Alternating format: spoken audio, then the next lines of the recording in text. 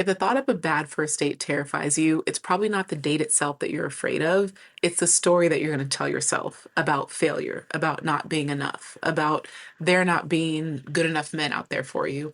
And I think what's really powerful, especially as we continue this conversation about dating abroad and how you don't want to limit your love options to people in your zip code, area code, country, and it's a really powerful thing when you allow a bad first date to teach you something about yourself. Okay, so I just wanted to share a quick video of a few things that I've learned from bad first dates in the past and how I'm so glad it didn't stop me from pursuing love and finding love. Okay, so first, a lot of times you're not actually going to be afraid of the date going bad, but more so if you might get rejected or feel misread or disappointed.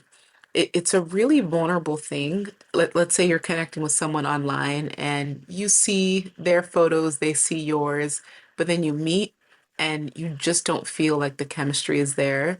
There is a misalignment. One person, let's say them, because men do tend to do this, they maybe use photos from 5 to 10 years ago. And so now you're stuck with a version of a person that they've outgrown. It's no longer the person that you started to build a connection with through the photos and the conversation that you had access to. So it's vulnerable to put yourself out there to potentially be disappointed, but that's the cost of the entry to get this beautiful feeling of love and romance and partnership. So understand that the feelings of being misunderstood, the feelings of being disappointed, potentially getting rejected, this is all a part of it. And I remember early on, and I had to like train myself to do this when, let's say, I matched with someone and we started having conversation. If I can feel that there was no conversational chemistry, I didn't want to just unmatch them and ghost them. I wanted to actually practice honest communication and then allow myself to receive whatever came next. Like, I just feared men's reaction. I just didn't trust that they would have a reasonable response, even if I was super kind and yeah, just delivered it as best as I could. But I might communicate something like, hey, I've had a great time getting to know you and and chat with you, but I think I'm going to continue to pursue another connection, or I'm going to continue to chat with someone else that I connected with, or that I have a stronger connection with, something. But I just appreciate your time and I hope you find what you're looking for. And yeah, this has been fun. And just something casual, not too much of an explanation, but just kind of saying you have a different connection or a stronger one that you want to pursue. And many dating coaches, I'm not a dating coach, but many of the coaches will say to date multiple people. I was never the kind of person that had that stamina or capacity. If I am on the market, I want to invest what I have to the person who's pursuing me. So if I'm being courted, it's hard for me to divest my energy into multiple people when there's one that is in the lead in terms of courting, pursuing. So I'm okay with people might say it's a waste of time, but let's say someone courts me for a month and it doesn't work out, someone might view that as a waste of a month, but I'm collecting data, I'm learning about myself, I'm getting comfortable with the idea of being in a relationship. So it's not a waste of time for me because then I can, after that doesn't work out, I can regroup, process, analyze, assess, decide if I'm ready to put myself back out there and then go for it. But on the other hand, you might have a situation where you're talking to three men and they're all kind of courting you at different speeds. And one week you're hanging out with one, and then another week someone else is taking you out. My brain would not be able to process that level of, yeah, I wouldn't be able to do that. Anyways, I say all that to say that when I'm saying those messages, it's honestly true that someone else has my attention and um, I don't want to lead someone on if I know that I'm actually going a different direction. So yeah, I would send those messages, and half the time, I would say they took it well. It was like, no worries. Some of them would just unmatch me immediately after, which is actually fine. I'm happy to do that. And then I would say on the other end, like they would try to keep talking. Oh, but what if it doesn't work out? Oh, but is that it? Are you saying you want to unmatch me? They would, kind of pry for more. And so I would just say, yeah, I think so. So I hope, yeah, I hope again you find what you're looking for, sending my well wishes to you. And just there would be some that would just be really persistent and I would just have to unmatch. But that communication was so hard for me to do as someone who was a chronic people pleaser, overcoming people pleaser, middle child syndrome, ADHD, all the labels. I got all the Pokemon cards. I collected them all. So I have all these things that are going against my nature of communicating honesty. So dating apps help you not only get honest with yourself, but get honest with other people. And if you are in this game, game dating, if you are in this, in the arena of love, we're not out here trying to hurt each other. I think it's important to recognize that it's a vulnerable thing to pursue your person. And I don't know if it was a motto, but my goal was that I always left men better than I found them. Meaning, I wanted them to leave dignified. I wanted them to still feel good about themselves. I never wanted a situation where it's like, oh, we didn't work out. Screw you. You weren't enough. You didn't know how to communicate. I'm like, no, I learned that I require a different level of communication in my person. And I'm grateful that you were able to teach me that. And you can't resent or hate someone for being who they are. You have to love yourself enough to walk away. And that comes with practice. I think with as women, we tend to see the potential and see the pattern from our past, and we choose out of familiarity. Oh, I've dated, this type before. This is what I'm used to, and I can fix him. We always believe we can fix a man, but a man will not change until he is ready to. And oftentimes, women, we will waste I don't want to say good years, but we'll waste years waiting for a man to be the version of him that we believe he can be and he's called to be. And, women, I think we have this beautiful vision about us. We're able to see the potential in other people, but it's important to go off of what's present, not what is the future potential. Okay. Another thing is that bad dates are really a shortcut to clarity. You will get such you will get such a specific you will have such specific data about why this is not okay or this is what you don't want. It could be something like, you know, someone the bad date is like he can't put his phone down. Like you in the past, you were always like, oh yeah, if it's an emergency, okay, maybe he has kids, okay, he works night shifts. You were always in the past kind of iffy about having a phone out at dinner. And then you get to experience someone who has this compulsive relationship with their phone and it was super distracting. You now can say, "Oh, I know without a doubt this is not this is not the type of relationship I want." Someone who on a potentially average night, like their phone is going to be constantly at their hip. And, you know, depending on your work, that just might be what it is. I know for me, I knew that I didn't want to be with anyone who needed to be on call because I'm someone that will turn my phone on do not disturb for an entire week and not think twice about it. I have certain family members, they bypass my do not disturb, and that's it. That's really all that matters. Nothing is that much of an emergency, and if so, I will probably find it on social media.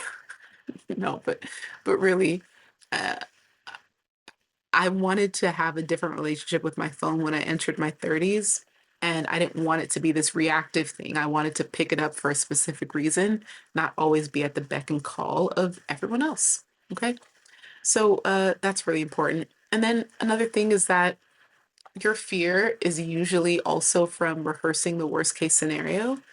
Like if you're going to give and dedicate so much of your brain capacity to thinking of the worst case scenario, you want to do the equal thing for the best case scenario.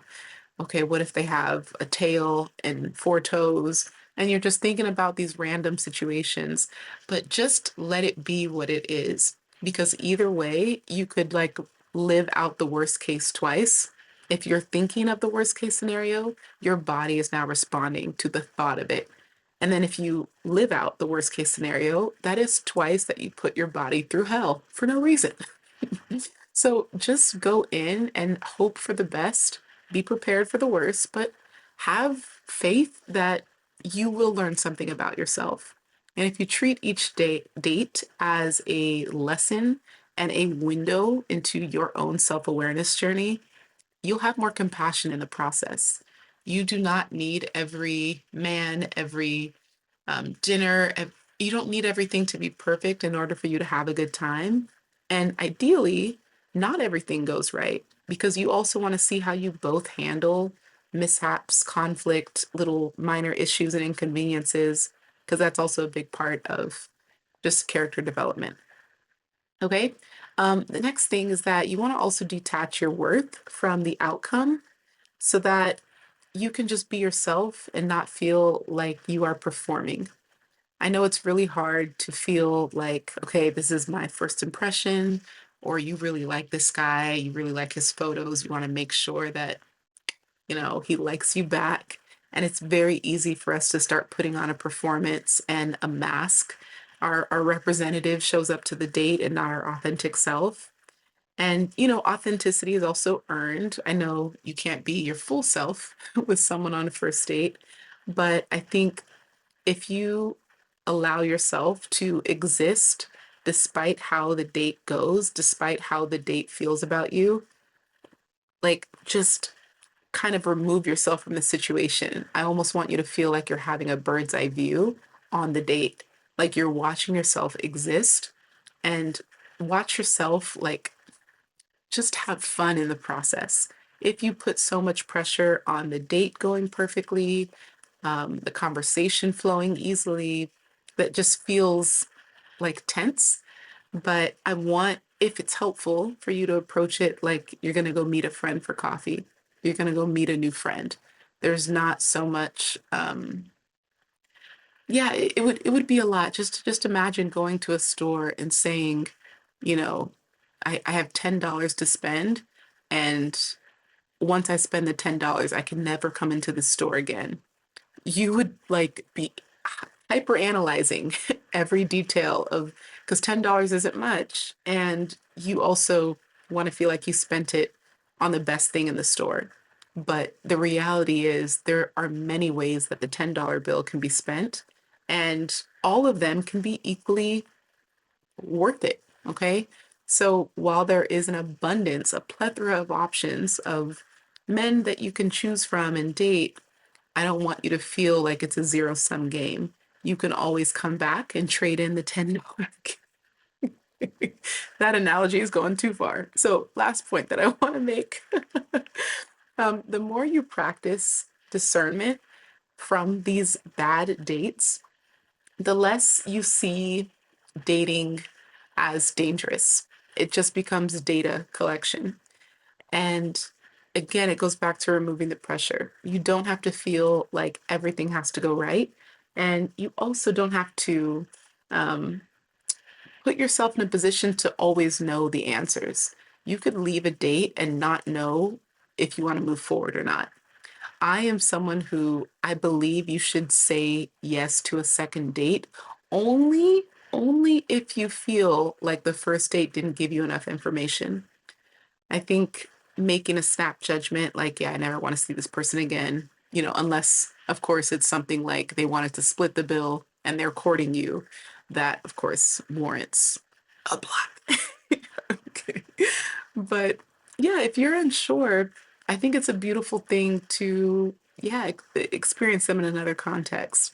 Like, go for a walk in the park, go for something casual, just do something different so that you can get a different side of them. And then also, maybe your representatives can come off, because that first date, it's a job interview. It can be tense. You can be afraid of saying the wrong thing. You're not going to show all your cards on the table. But second date, I would say try to do something active so that you both can get a deeper and better feel for each other. And then your discernment again gets sharpened. Um, I remember in the past, like gosh, like early college, so many, many years ago, I would have friends like they would ask me to text their crushes, like, or help them formulate text messages because I've always been a writer and I love communication. So, yeah, I would just be like, oh, yeah, you could just say this. And I remember like watching them panic over a small detail of punctuation or one word being misused. And I was like, wow, that's a lot of like it's a lot of pressure, to try to always get it right in every message. And then there would be a response, and it's like, okay, what does this mean? Of course, pre chat GPT, which will be fun to be saying for the next 10 years. But I'm like, oh, it just means this. And then the desire to like, but what about it could be this, it could be this. Well, why don't you ask? And I think that discernment sharpening only comes with practice. It only comes with the ability to trust yourself in conversation. And so obviously I can't, communicate for her for the rest of her life. So at some point I was like, okay, well, what do you think you should say? Well, what do you feel like saying? Well, what do you think he means? And if you don't allow yourself to trust yourself and get those answers for yourself, it's going to be really hard to make those decisions in the future. Okay, so I hope this was helpful. And again, as you continue going through this process of potentially dating abroad, just know that if you are downloading the dating apps, you can pay for the premium features, it's like $10 to $15, which allows you to swipe internationally. You can literally change your city to like London, to Athens, Greece, to Bali, and you can swipe around the world just to get an idea of some of the men that exist, and just try it. Obviously, unless you plan on traveling to those countries anytime soon, it'll be hard to actually set up the date. But it could be something to kind of potentially expose yourself to other cultures and other countries and see what it does for you. Okay. If you don't know, my name is Glow and I make videos every single day. And it's a pleasure and an honor to have you here. I have a private space called The Room. You can check out extended videos and conversations that basically are meant for the group chat. And yeah, it's just a great way to go deeper on some of these conversations. But I hope you are enjoying the series, and I will talk to y'all tomorrow.